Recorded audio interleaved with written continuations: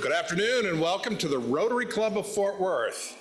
Today is Friday, June 21st, and it is a great day. Great to see so many faces, so many friends out here.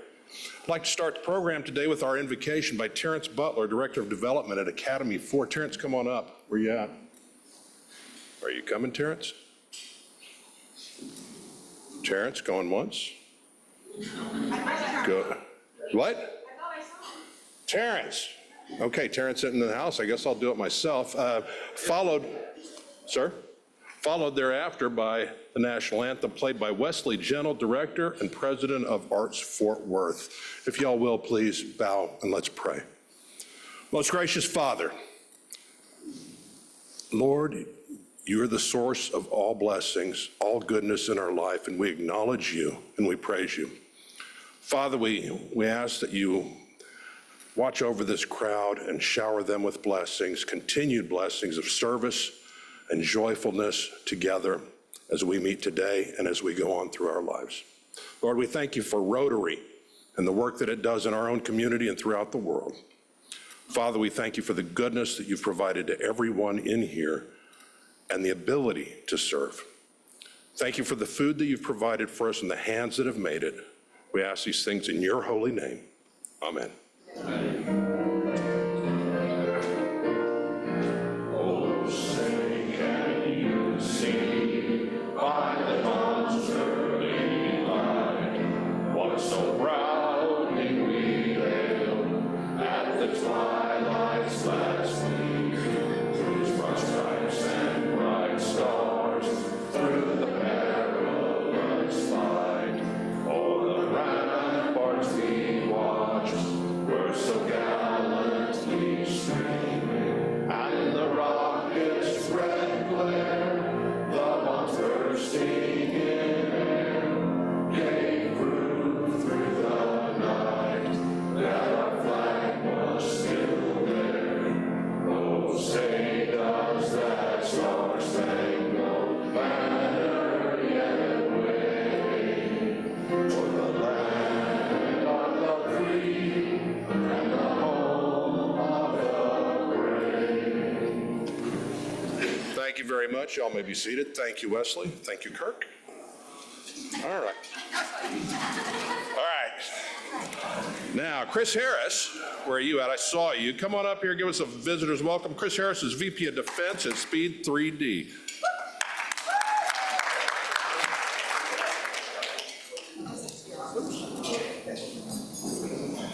Welcome guests and visiting Rotarians in person and on Zoom.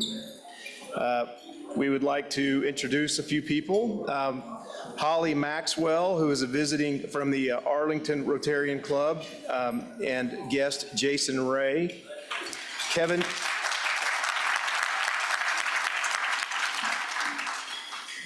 Chikotsky and guest Ed McLinn. Michael Reeves and guest Wayne Trimmer.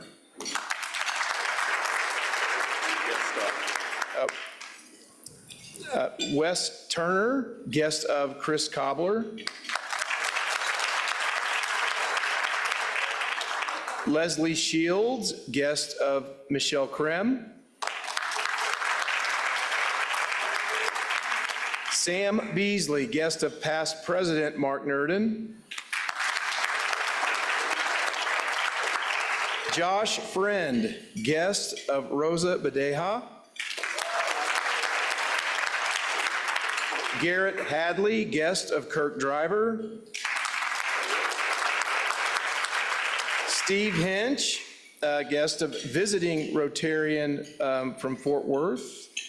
Or actually, Steve Hinch is a visiting Rotarian from Fort Worth. Sorry. Fort Worth South, sorry. Thank you very much. Thank you, Chris. Man, he is on his way to earning that blue badge. I think probably one of the fastest ones I've seen. So thank you and way to go. All right, next up. So to our guests here, this may be new to the Rotarians. This is a routine of ours. So we have this thing called the four-way test. Four-way test is something as Rotarians that we use as a filter for everything we think, say, or do. If we think and say and do it and it doesn't pass that, well, don't do that. So, if you will, please repeat along with me. Number 1, is it the truth? Number 2, is it fair to all concerned? Number 3, will it build goodwill and better friendships? And number 4, will it be beneficial to all concerned? So, do we have a newscast this week? Okay. But before the newscast, looking at my script, a little add-on here. Last night we had a Rotary Club of Fort Worth Past Presidents Dinner. This is a tradition where the past presidents gather to bestow wisdom upon President-elect. There were 20 past presidents gathered last night, and among them was our immediate past president, Sean Snell. Last year, Sean gave countless hours and Herculean amounts of effort during her presidency. All of this based on her dedication to this, your club. The Veterans Day Parade, the outstanding programming, the Parade of Lights, the amazing Festive Follies program, the list goes on and on. It is a tradition of the Rotary Club of Fort Worth to honor the immediate past president with a Paul Harris Fellow. We have been remiss in this, and it's taken almost to the end of my presidency to actually make it happen, but here we are. So ladies and gentlemen, I'd like you to join me in a round of applause for immediate past president and Rotary District 5790 Assistant Governor Sean Snell. Sean, please come up and receive your Paul Harris Award.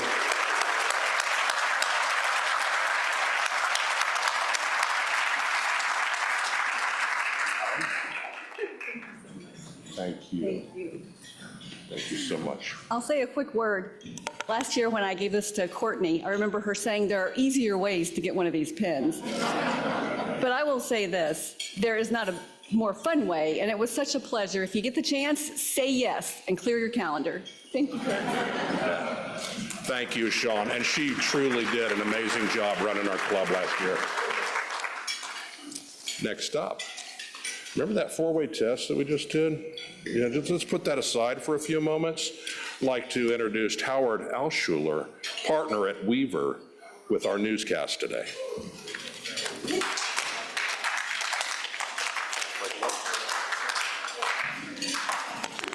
All right. Well, unfortunately, I have the day of doing the newscast when we have a professional editor here, and he got a hold of my pages, so we'll see how it goes. Please do not fact check me on any of this. Okay, remember at the PGA tournament, Scotty Scheffler was arrested for allegedly dragging a police officer. Fortunately for him, it was a big misunderstanding and all the charges were dropped. However, following the US Open, there are reports that Pinehurst police are looking for Bryson DeChambeau.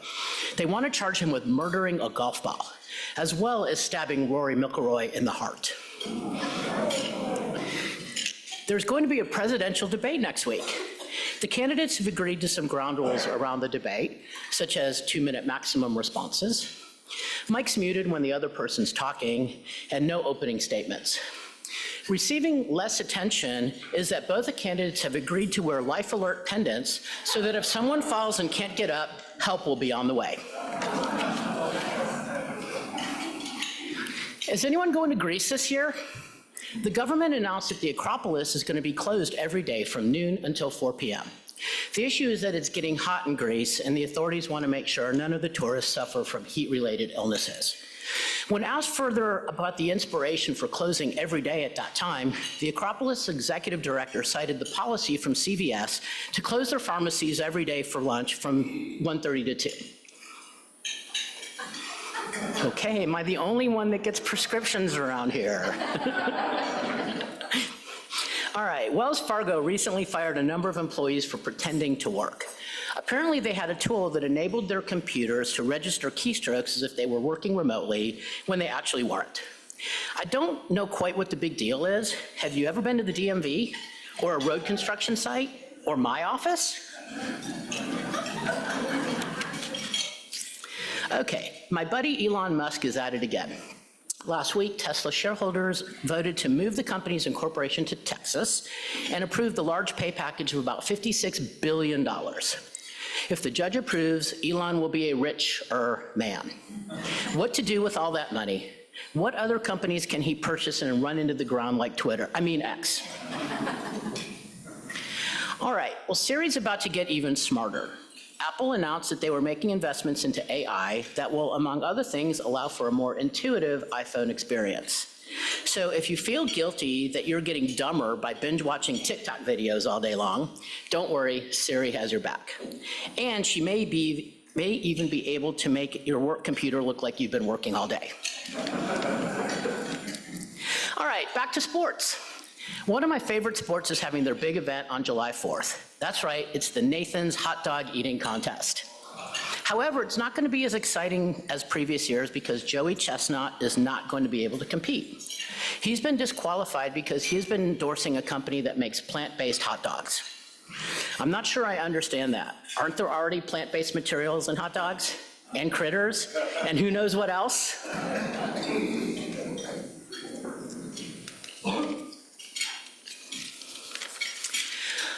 Some of you may know that I lived in China for a few years. Bathrooms were a very big deal there, especially to tourists who had specially made maps where to find Western restroom facilities. I'm not kidding about that. There's been a new development, however. A popular tourist site has installed toilet timers in the restrooms. Yes, there is an ability to track how long the stall has been occupied. Please don't tell my wife that. While it helps that you don't have to deal with the embarrassment of not knowing whether a stall is occupied or not, now you have the pressure of being on the clock. Protesting this move are the local newspaper vendors claiming that sales are down because people aren't able to read the news in their leisure anymore. And finally, I know that some of you were disappointed with the fact that there was no exciting accounting news when I brought it up last time. Well, I have an update. There's still no exciting accounting news out there.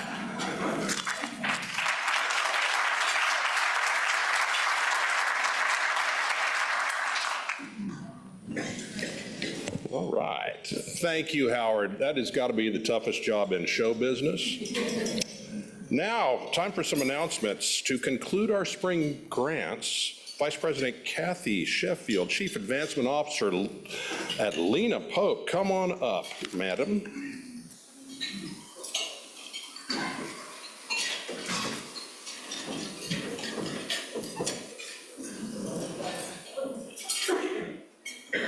Thank you, President Captain Kirk. It is my honor to represent the Grants Committee today and give 2 grants to 2 very worthy nonprofit organizations in our community. Our first grant of $5,000 goes to First Street Mission Infant Formula Program to purchase.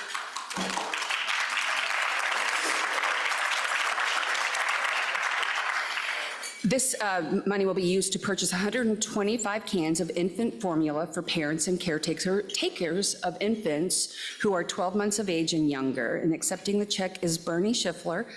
I said it wrong after I went and got Schiffer. He is director of that program. Thank you very much. And First Street Mission.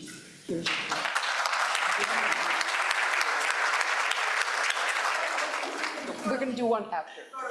Okay, hold on. She wants to do it now. Paparazzi now. Michelle, will you do another one at the end? Will you do another one at the end? Thank you. Sorry for my misspeaks there. Our next grant goes to Ronald McDonald House in the amount of $5,000, which will provide 2,280 meals for families residing at the house. Accepting the check is Angie Galloway, Chief Development Officer, and joining her is the CEO, Jennifer Johns.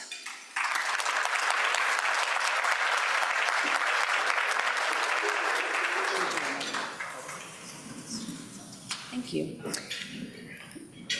Will you take the photo? While Michelle takes the picture of Kirk, I'll just say that this will conclude our distributions for the spring grant cycle. We will be seeing you again later in the fall. And we thank all the Rotarians for supporting this program by making donations to our endowments that help make this possible. And let's have another round of applause for our wonderful recipients. Oh.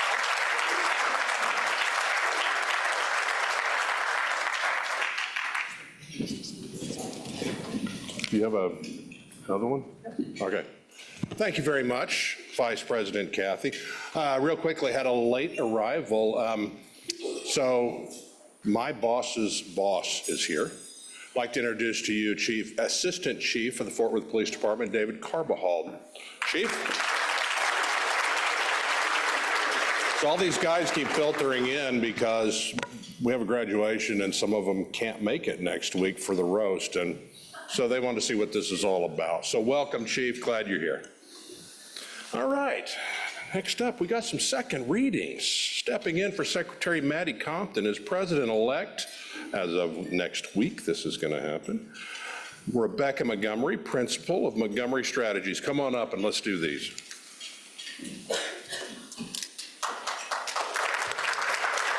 Thank you, President Kirk. Good afternoon, everyone, and happy Friday.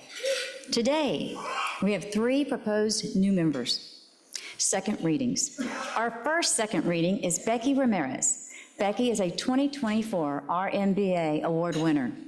She's the owner of I Ref Big Balls Up, Incorporated, Classification Officiating, and her proposer, the late Richard Knight. I move her election subject to attending a new member Rotary information session. Got a motion? Where's the second? Second. Back there. All in favor? Aye. Any opposed? Motion carries. She is hereby elected into our club. Our second reading is Paulie Russell, Executive Director of the Downtown Fort Worth YMCA. Classification, nonprofit. Proposer, Dick Riddell. I move his election, subject to attending a new member Rotary information session. Got a motion? Where's the second? Second right over there. All in favor? Aye. Any opposed? Ayes carry it. Hereby elected into our club. Welcome. Our third and final second reading of the day is Josh Strange. Josh is the owner CEO of Stellar Painting Services. Classification, painting contractor. Proposer, Karen Teschlaw Johnson. I move his election subject to attending a new member Rotary information session. Got a motion? Where's the second? Second right over there. All in favor? Aye. Any opposed? Motion carries. He's hereby elected into our club. Welcome. Thank you very much, ma'am. Madam President-elect. All right. So let's see what we got next. We got some new member introductions. Let's bring up Rosa Verdeja, Principal Attorney, Law Office of Rosa Maria Verdeja. And Chris Jordan, you're on deck. So, Rosa, bring up your new member. Good afternoon, everyone. It's a pleasure to be here. For those of you that don't know me, my name is Rosa Maria Verdeja, and I was the second place winner of last year's Rotary Minority Business Awards. Today, I have the pleasure of introducing this year's first place winner of the awards, Dr. Adrian Cantu. Dr. Cantu was born and raised in Corpus Christi, Texas, the youngest of 4 children, attending a small private high school. He left home to attend Texas State University, where not only would he earn his bachelor's, master's, and doctorate degrees, he would also meet his future wife, Dr. Elise Cantu. This led him to breaking his mama's heart when he told her that he would not be going back home after school. Instead, he was following the love of his life to Fort Worth. Lucky for us, right?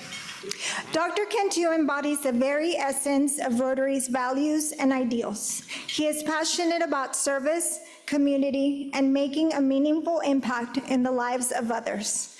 I have had the privilege of witnessing firsthand his dedication to philanthropy and his unwavering commitment to making the world a better place. As we all know, Rotary is not just an organization, it is a family. And today, we welcome Dr. Cantu into that family. Adrian, you're a huge gift to our community and now to our Rotary Club. Please welcome my friend, Dr. Adrian Cantu.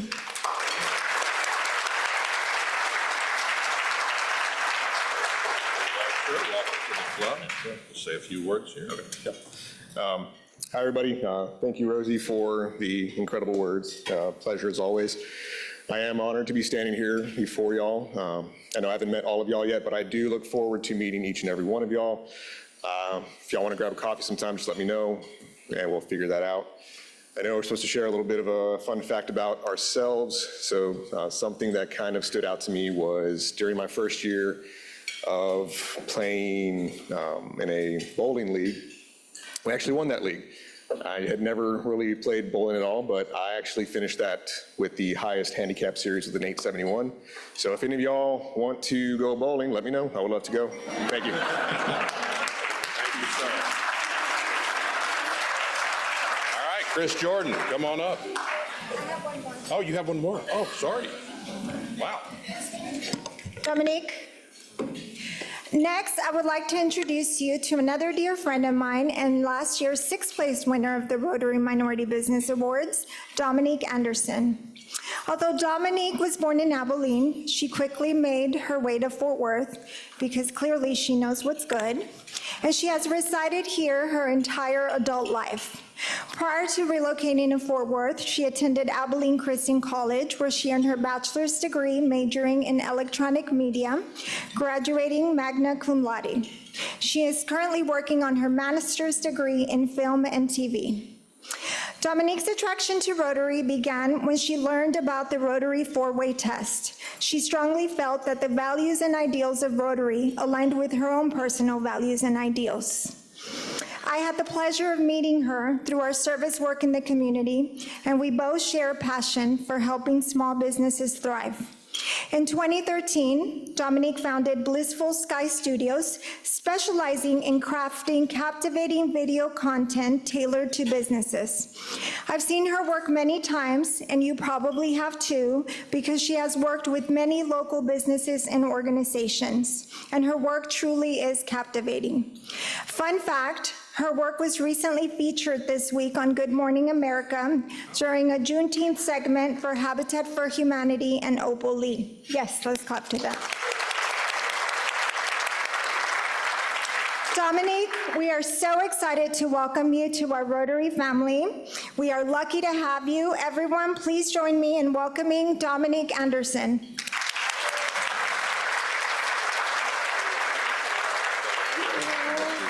Thank you. Appreciate it.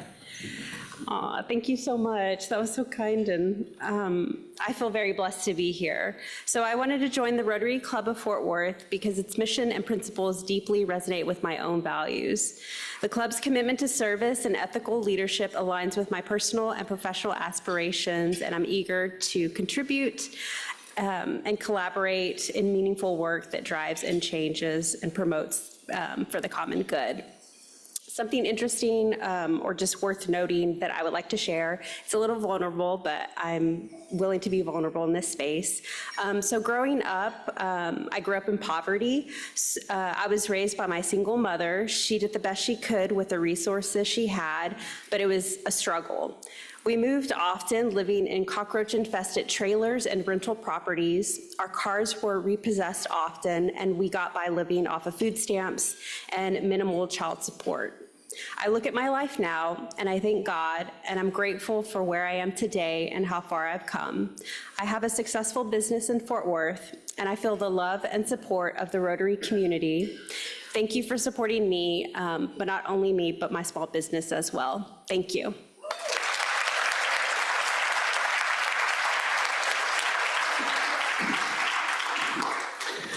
Hi there, I'm Chris Jordan.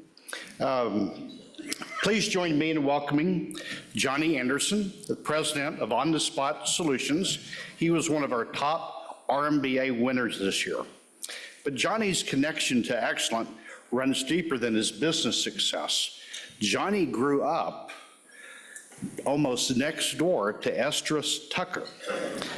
In fact, his mother was one of Estrus's teachers. She did a good job.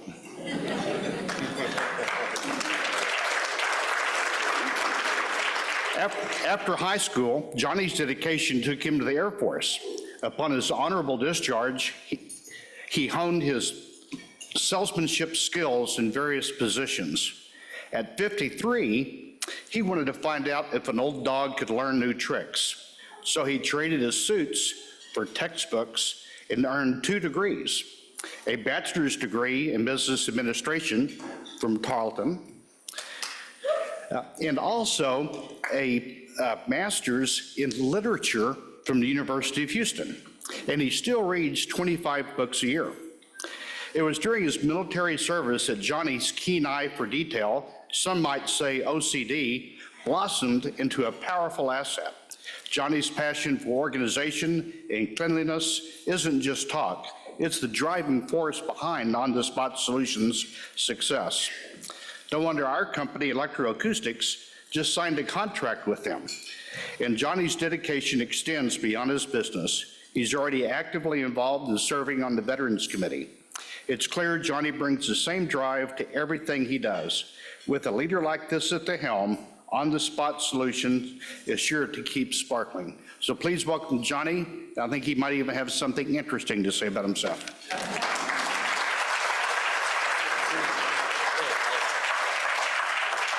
Sir, this is for you. Thank you. All right. Wow. What a fantastic introduction. There is not much I can add to that, but I have a quick word. Being a bookworm my whole life, I learned to pay attention to every letter, every comma, and every period in a sentence. That same attention to detail translates directly to my cleaning philosophy. At On-the-Spot Solutions, a truly clean space is one where every corner, from the baseboard to the light fixtures, receives the same close attention. Now, coming from a commercial cleaning industry, I might have a slightly different perspective to bring to Rotary. I'm good at thinking outside the box and solving problems, so maybe I can contribute creativity to our community projects. There are 3 reasons that I want to join the Rotary.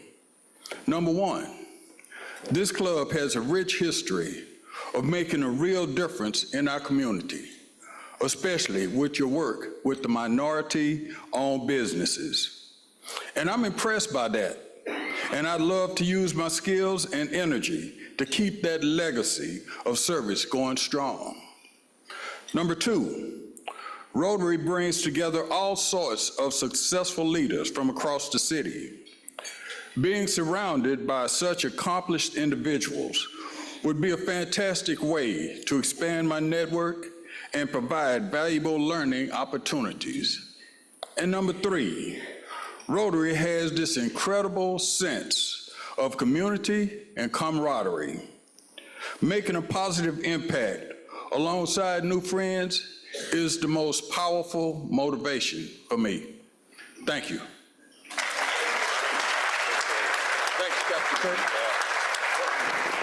Thank you, and welcome to all of our new members. You see the red badges there? You know how to get those changed over to blue. And speaking of blue, Allison Ricks and Brian Miller, come on up here. Let's change those out.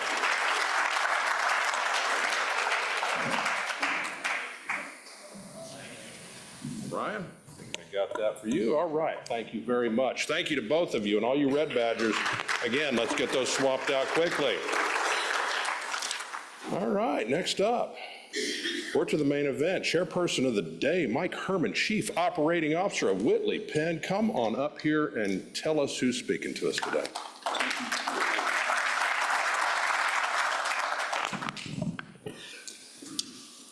A few weeks ago, we heard about the challenges of advertising-supported journalism. Many have questioned the Fort Worth Star-Telegram's reporting timeliness and extent of reporter coverage. You know, who needs 2-day-old sports scores? Daily, I scan or read several print and electronic publications. I've noted improvements to the Star-Telegram's local news content since the formation of their Crossroads Lab, which is funded by the community and philanthropic partnerships.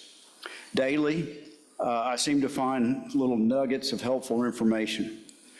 As you may have read recently, media companies like the New York Times and Washington Post have started third newsrooms to embrace and focus on social media. Hopefully today we'll learn more about these and other tactics media companies are doing to survive. Our guest speaker has more than 35 years in the news business. He is the president and editor of the Fort Worth Star-Telegram. Before joining the Star-Telegram in 2018, he served in a variety of editing roles with publications in New York, North Carolina, Tennessee, and Kansas. He holds a journalism degree from Lock Haven University of Pennsylvania and has won numerous awards for news reporting and editorial column and headline writing. He is also president of Star-Telegram Charities, the nonprofit organization that runs the annual Goodfellows campaign to help needy children during the holidays. He's on the boards of Downtown Fort Worth, Inc. and the Wesley Foundation at TCU, which is the campus ministry of the United Methodist Church.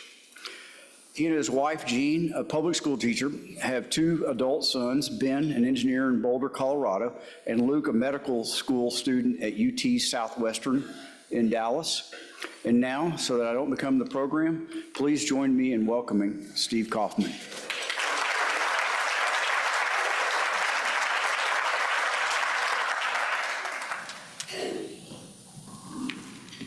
Thank you so much. It's great to be here. I appreciate your interest in the news. I know you've kind of had a news month lately when I've seen your other speakers, be it Mac Engel from the Star-Telegram or folks from the Fort Worth Report. I'm really glad to see your interest in news because no matter who does it, whether it's us or the Fort Worth Report, local journalism, strong local journalism is key to a community's health and our democracy's health. So thank you for that interest and learning more about us. And it's tough to come up here last after all these people who are very inspiring people and have great stories and great commitment to this community. So I wish I would have been first, but I'll try to do my best to give you a little bit of information about what's going on in the news business today. But just, you heard my bio, so I won't go too much more into that, but just a little bit more background on the personal side. Was born on the eastern shore of Maryland in a little town, moved to Western New York where most of my growing up years were. And I always have to stop when I say that because particularly when I'm southward, when people hear those 2 words, New York, they automatically form opinions. Well, the place I grew up in New York, it's not much of a stretch to say there were more cows than people. And the people there, while they may have sounded a little bit different, were a whole lot like people in Texas, I would say. So then, first move out of there, my first job was there in Geneva, New York, a little town. My next job was in North Carolina. That's where I learned about the whole north-south thing and where I really got the New York thing. Unfortunately, there are some people, when they heard New York, they were done with me. I had a boss who proudly said he was never, ever north of the Mason-Dixon line. And I said, remember, I said, well, I was born in Maryland. I've got some of the, he's like, it didn't take.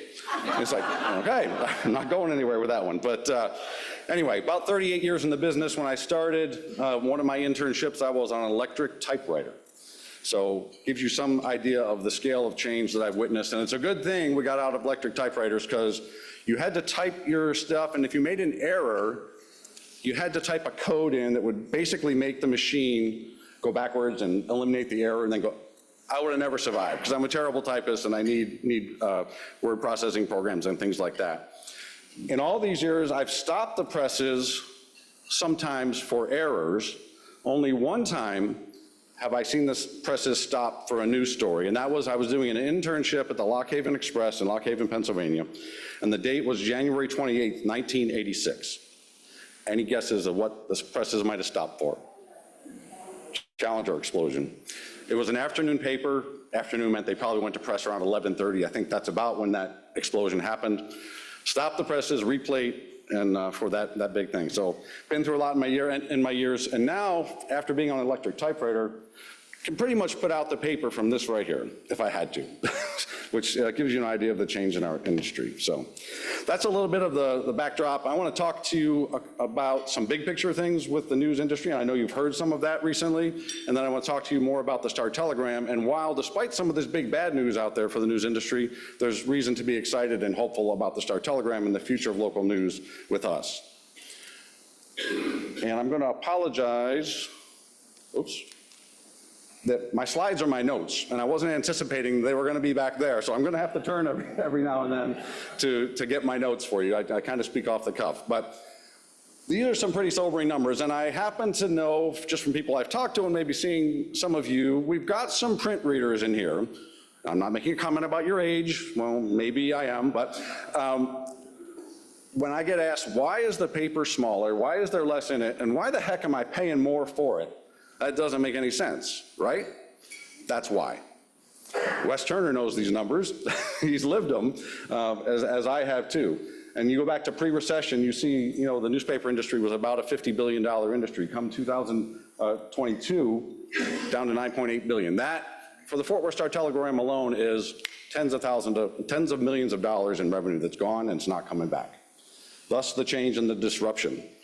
That, of course, has caused issues with employment too. You've seen, pretty significant drops in newsroom employment over the years, about half on that number. And certainly we've experienced that as well. Papers across the country have experienced that across the country. So lots going on there, and those are the challenges. And what that looks like across the country is not only reductions, but losses of sources of local news. And again, to my comments earlier about how important that is for communities, the lightest shades there on that map are places in the country that have no local news source.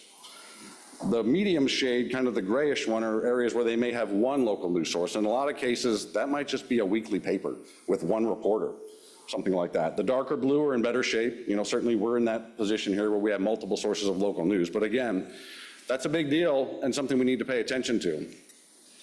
And why does that matter?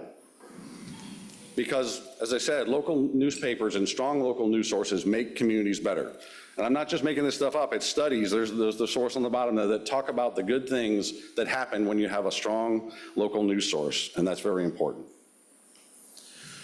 So, there's that big, bad, negative stuff about all that loss in revenue and loss in employment, but there's some reason to be quite positive and quite hopeful as we look at what's going on at the Star-Telegram, which we have had really over the last 4 years, probably the most stable position that I've had anywhere in my career, certainly going back to pre-recession in terms of what's been going on in our newsroom. We've had no layoffs in our newsroom since before COVID. We've actually been able to reinvest somewhat, and our company has seen that there is a value to reinvesting in the newsroom and improving the news product as you go along. So, and again, I apologize for having to look sideways for my reminders, but we've also gotten a lot better at knowing the needs and understanding our readers. That means, and this is coming from a digital front, where I can look exactly when and where readers are coming to us from, not even when and where, but from what kind of device they're coming to us on, how long they're staying on our story, how long they're staying on our website. So we know where people's interest lies, and that can be used in our decision-making process in terms of how we produce the news, the decisions we make about stories to do, not to do, to make sure we're hitting what people really care about and what matters in their lives. We are working on improving our digital platforms, have more work to do there, certainly. We are AI, it's a thing, right? It's coming at every one of us like a freight train. We're doing some experimentation with AI right now. For instance, when bad weather comes through, we actually have a bot that as soon as say a tornado warning goes up on the National Weather Service, it scrapes that information and publishes it on our website immediately, faster than a human could do. And it gets that important safety information out to folks. And then it also frees our reporters up to do the deeper work around what more do we need to know about that storm, and did it cause damage, and who are the people that are involved. So again, we are experimenting with ways to make our work easier and better. And certainly the bottom line of it all is this growth of digital subscribers. Yes, I'm a print person. I grew up with that, but our future is digital. The print will continue to decline as readership declines, advertising moves away from that platform. Younger people today don't even know what a newspaper is, but they know what a phone is and how to access news on that. So our key to our future, and we're seeing success here, we now have more digital subscribers than we do print subscribers at the Fort Worth Star-Telegram. And what's the business plan to get us there when it used to be all driven by advertising? You saw those numbers on advertising, right? So we can't rely on that alone. That's certainly still part of the picture. You see it on the slide, as is consumer revenue. That's the money you pay to subscribe. But our company has done some really good things in leveraging the value of our audience. If you go to the bottom of the homepage of the Fort Worth Star-Telegram, you'll see some content from other sources. They're basically paying us to have access to our significant audience. And it's significant. Anybody want to take a guess on how many page views on StarTelegraph.com in a month? And I'll give you a reference point is we have about 14,000 print subscribers. Any guesses? 58. 58 what? 58,000 on our website. 100,000. 100,000? How about 20 million? How about 20 million? Coming from anywhere from 3.5 to 5 million unique visitors. A unique visitor is can be overlap of a person. A unique visitor is a device that hits our site. So we have lots of audience and we have lots of contact with them. Again, the challenge is we've had to learn how to monetize that. That's far different from what the print newspaper revenue situation was. The revenue we get from digital advertising is not what we got from print. So we're finding other ways to do that as well. And another source here, which you heard mention of, is we've also developed philanthropic partnerships. This is a little bit different than the model. Well, it's a lot different than the model you heard about when Chris was here, which is, Fort Worth Report is purely a philanthropic operation. We've found a way to blend that in a way that is working really well. And as we do it, it's leveraging, the audience and the brand that we already have existing in the community. And I talked about reinvesting in the Star-Telegram. These are just a couple examples of some things that have happened over the last couple of years in the Star-Telegram. We returned a reporter to Austin. We'd not had someone there for several years. We've added a 4-person service journalism team. This is a team that tries to not only answer your questions, but predict what your questions are going to be about navigating life in Fort Worth and Tarrant County and answering them. So when you do that Google search of, gee, is that storm coming at us today? You're going to get an answer from the Fort Worth Star-Telegram from that. So, and you see some other examples of how we've done that where we've bolstered our editing ranks, where our company realized all those cuts that happened, we cut our editing ranks, and that actually, having some of this better editing power helps our reporters do their job better as well. So I do want to talk about the Crossroads Lab, and I'll run through this quickly because I want to get to your questions too. But the Crossroads Lab is something that's been up and running for, I guess it's about 3 to 4 years. It came out of some discussions with leaders in the community who were concerned about what they saw happening at the Fort Worth Star-Telegram in terms of some of those losses in employment, loss of coverage, gaps developed in our coverage. We realized that and understood that some of those gaps were going to be hard to fill under our current model. So we have formed partnerships with philanthropic groups that see the value of an informed and engaged citizenry. And this really happened with some of the main philanthropic groups in town here who are interested in improving education, interested in improving healthcare, addressing racial equity issues. They realize that, gee, yes, we give money to programs that serve people, but these problems we have to solve, if we have people who know about them and are engaged in them and get involved in solutions to them, that helps our cause as well. The name Crossroads came from the idea that as we go forward in Fort Worth toward the community, the tremendous growth we're having, that we're going to face not just one singular fork in the road where we have to make a decision, but we're going to face a number of crossroads where we have opportunities, we have challenges, and what we need to work through those is a strong local news source. So that's where the Crossroads Lab came from. Now, why that model, say, versus a straight up philanthropic model? And they're both good, they both do good work. The advantage that we see here is studies again have showed that despite the challenges we faced, traditional news organizations, newspaper organizations still do a better job at delivering more news and better news than some other outfits. And the other example that we have here is that we're also not starting from zero. The money that comes in through the Crossroads Lab, which comes in through a 501c3 umbrella under the North Texas Community Foundation, completely tax deductible, only goes to our reporters. It funds reporters and the expenses surround supporting those reporters. It doesn't go to our IT department. It doesn't go to our human relations department. It doesn't go to our legal department.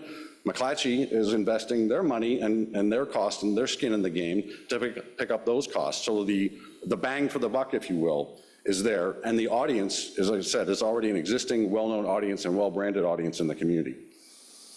These are just some examples of some of the supporters of our Crossroads Lab, and you know these names, you've seen them.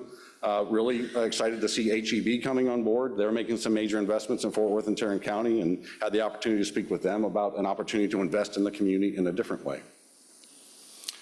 So the bottom line to all this, as I said at the top, is that local journalism makes a difference. It's really important to our community. Our community is going to be healthier, better functioning with strong local journalism. And I could talk about that, but I thought the best way to show you is to show you some exact examples, some things. So I'm just going to step through a few of these things here. I'm looking at my time to make sure we're doing okay. It looks like we're doing okay. Just want to give some examples of some stuff where things happened, our community got better as a result of journalism that happened either through the traditional Fort Worth Star-Telegram or our Crossroads Lab. This is a story that was published a couple of years ago about some problems with library books in Fort Worth ISD. They were very outdated. Money that was being budgeted for libraries wasn't being spent on libraries, and it meant that we didn't have good product in front of our children. And we know that this is a challenge in Fort Worth ISD. We need, our kids on state tests are only, 30-some% reading at grade level. So this didn't make sense.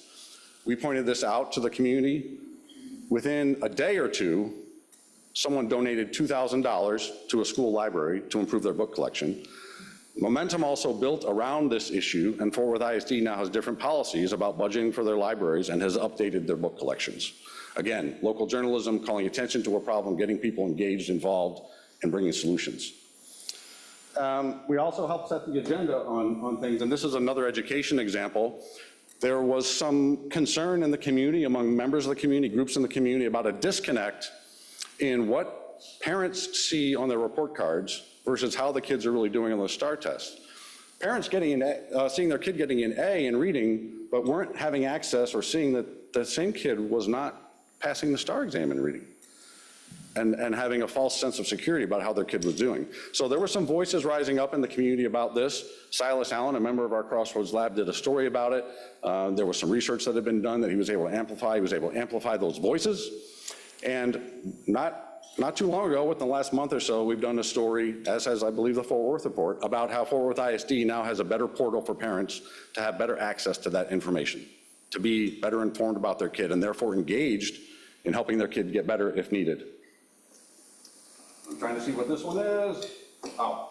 So if you follow the news, you know there's been a few problems with Tarrant Appraisal District, the folks that set the value of your homes if you own property. They had a lot of problems with their technology, with their websites. We had pointed a lot of that out. We had kind of been a thorn in their side. Somewhere along the way, someone leaked us a tape from a meeting where one of their top technology people said, you know what? I think it's all right if we, kind of give a false narrative about what our problems are to the media. That tape found its way to us. Needless to say, that person doesn't work there anymore. So again, these are the people making decisions about things of value to you and your tax money and how government works.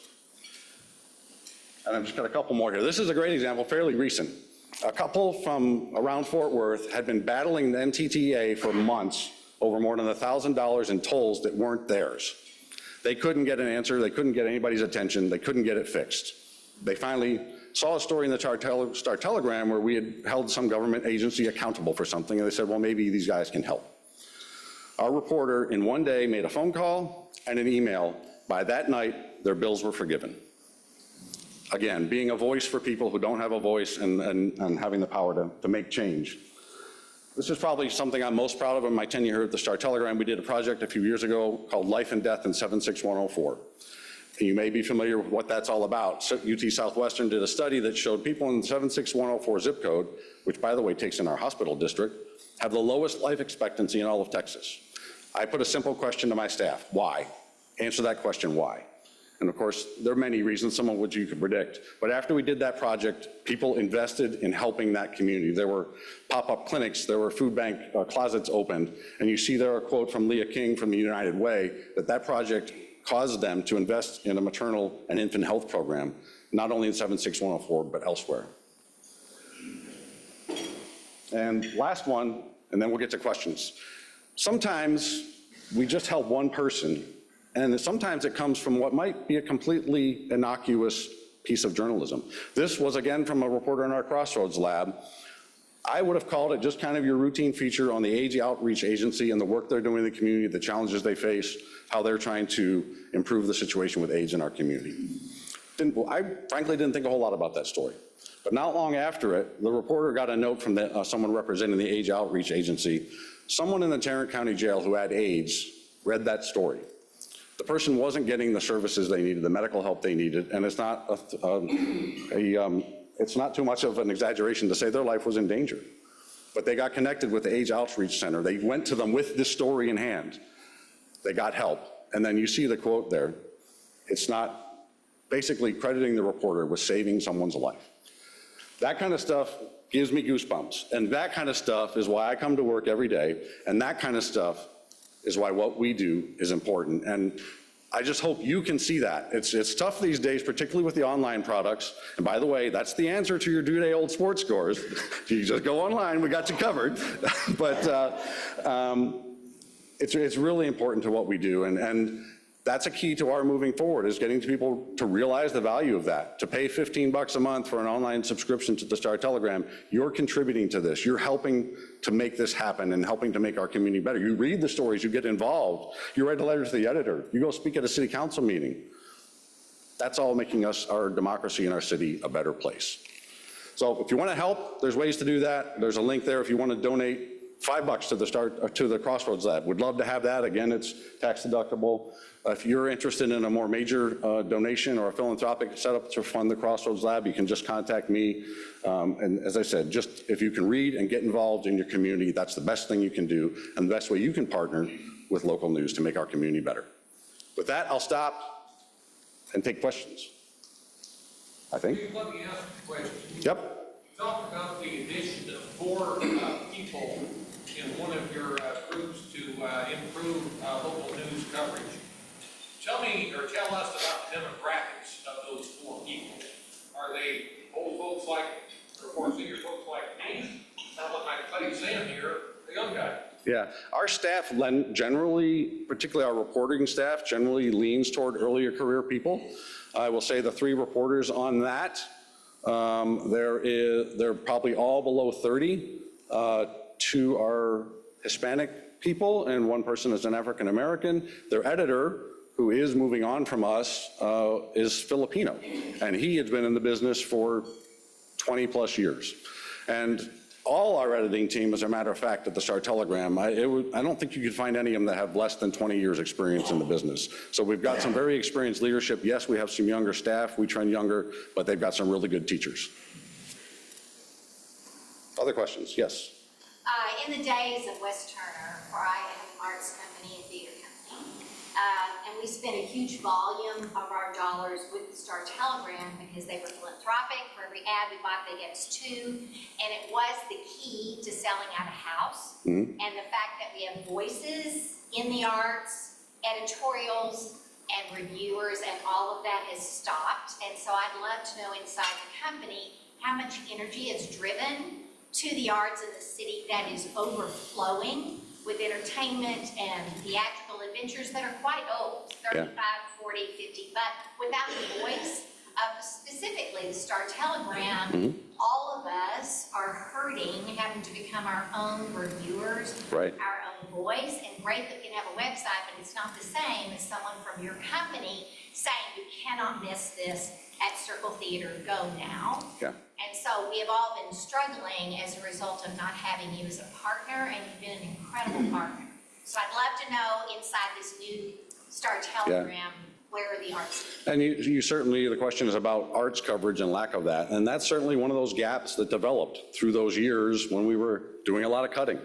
And at that time, a lot of the decisions were made by what's the online audience like on that? And that was, there was some logic to that, but it's not necessarily the best logic we've learned now as we learn more about our readers and particularly our subscribers. We do have some coverage with James Russell as a regular contributor. Rick Mock just had a story the other day about Hamilton. So we do have some, but you're right, it's not what it used to be.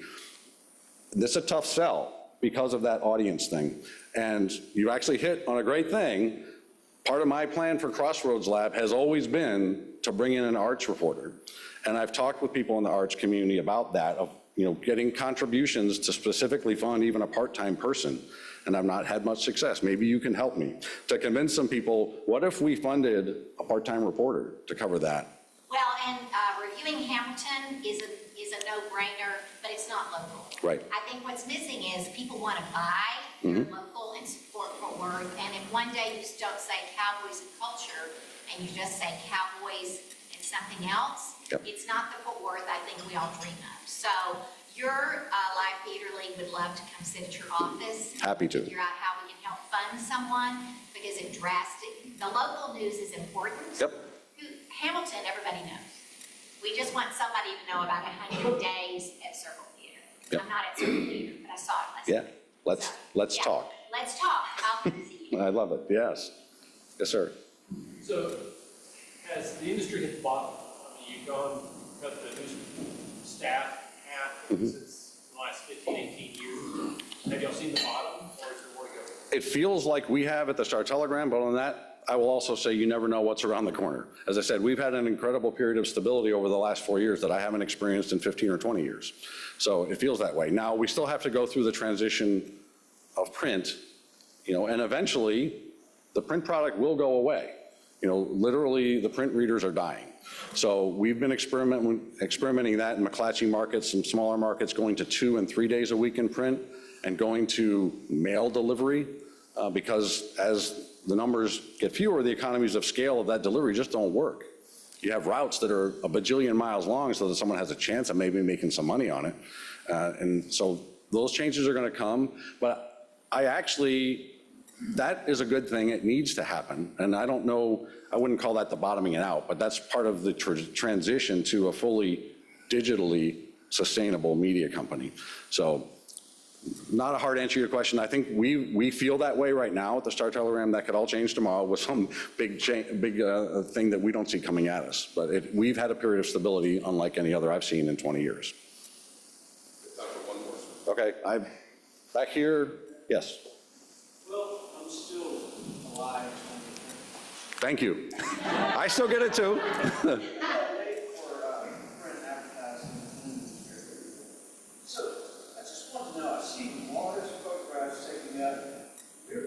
Page sometimes.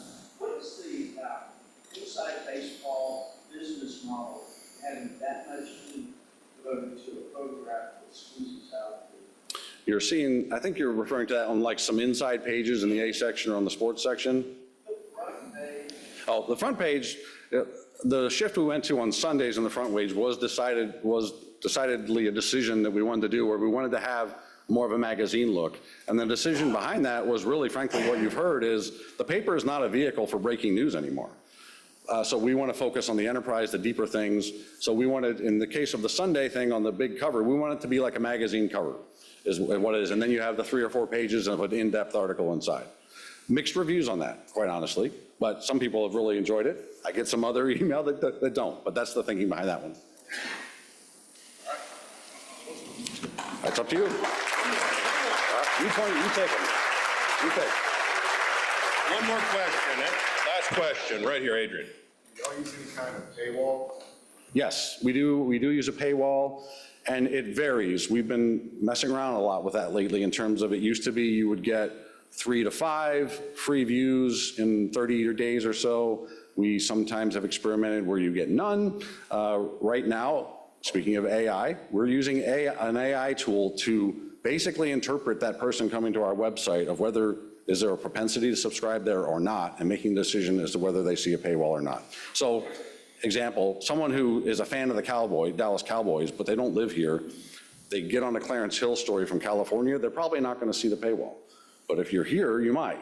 So, yeah, thank you. Good question. Very good. Thank you again, Steve. Thanks a lot. Stay up here for a minute. So you may or may not know, sir, Rotary has this big mission of ending polio. Starting in 1988, when polio was taking over a 250,000 new cases every year, affecting so many families, Rotary got behind it and said, we think we can eradicate that. Since then, because of the efforts of the donations and everything that Rotary has done, actually getting out in the communities, issuing the vaccines, et cetera, last year we were down to 12 cases worldwide, okay? On behalf of your speaking today, our club is making a donation to the Rotary Polio Plus campaign. Fantastic. This is a memento of that, sir. Thank you. Thank you very much. Thank you. All right, some closing announcements for you guys. Finance Committee meeting in the Rotary office immediately after this meeting. That's downstairs on the 3rd floor. Next week, oh, I didn't even need that. The roast, which I've been assured by Miss Kathy Sheffield that this is going to be a real roast. To which I responded, please keep in mind the 4-way test and that my parents are coming. So, with that being said, I hope everyone has a great weekend. It looks like it's going to be a warm one. Stay hydrated. Love on your families, folks. We'll see you next week. This meeting is adjourned.